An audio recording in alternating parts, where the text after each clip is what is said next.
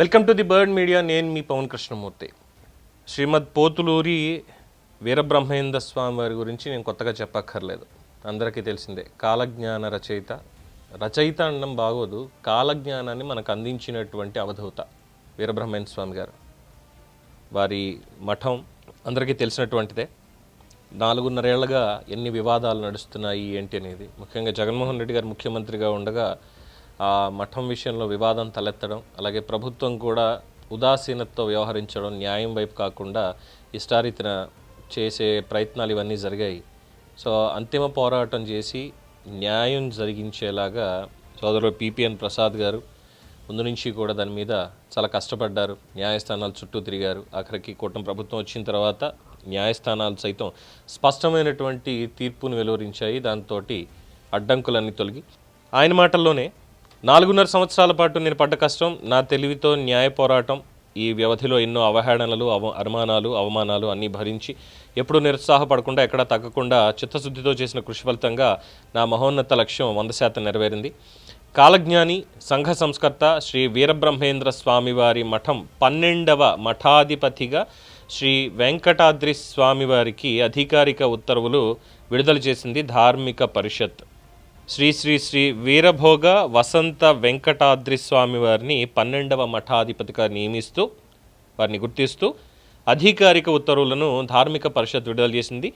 మన ప్రభుత్వానికి ప్రత్యేక ధన్యవాదాలు. గౌరవనీయులు రాష్ట్ర ముఖ్యమంత్రి చంద్రబాబు నాయుడు గారు, ఉప ముఖ్యమంత్రి శ్రీ పవన్ కళ్యాణ్ గారు, రాష్ట్ర దేవాదాయ ధర్మాదాయ శాఖ మంత్రి శ్రీ ఆనంద్ రామనారాయణ రెడ్డి గారు సహా రాష్ట్ర విద్యాశాఖ మంత్రి లోకేష్ గారు, ఆరంభం నుంచి మాపై ప్రత్యేక అభిమానాన్ని చూపిస్తున్న శ్రీ నందమూరి బాలకృష్ణ గారు, వీరి సమయం బట్టి త్వరలో శ్రీ వీరబ్రహ్మేంద్ర స్వామి వారి మఠంలో అంగరంగ వైభవంగా పట్టాభిషేకం ఉంటుంది.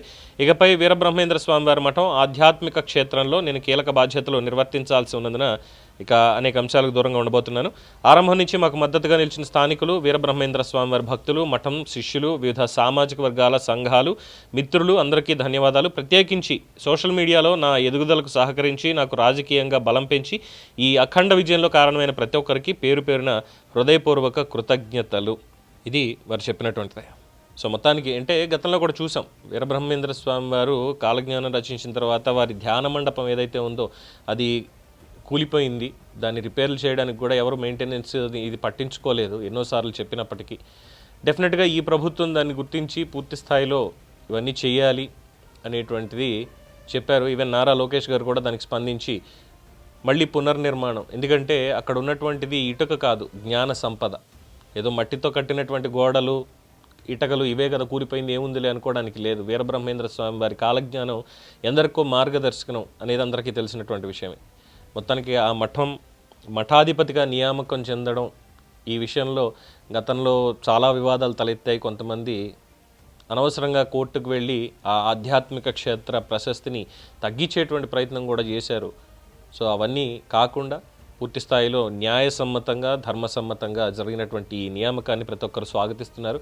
ముఖ్యంగా సోదరులు పిపిఎన్ ప్రసాద్ గారి పోరాటానికి, వారు చేసినటువంటి శ్రమకి, ఇన్నాళ్లు పడ్డ అవమానాలు, ఎంతోమంది ఆయన అనుమానించారు, అవన్నీ కూడా పటాపంచలు అయిపోయి ఈరోజు ఇక ముందు ఈ ధార్మిక కార్యక్రమాల్లో, మఠానికి సంబంధించినటువంటి కార్యక్రమాల్లో నిమగ్నమవుతున్నారు. కాబట్టి వీరబ్రహ్మేంద్ర స్వామి వారి ప్రతిష్ట, ఆ కాలజ్ఞానం, ఖ్యాతి ఇవన్నీ కూడా మరింత ఇనుమడించేలాగా వారి ప్రయత్నాలు ఉండాలని మనస్ఫూర్తిగా ఒక సోదరుడిగా భావిస్తూ వారికి శుభాకాంక్షలు.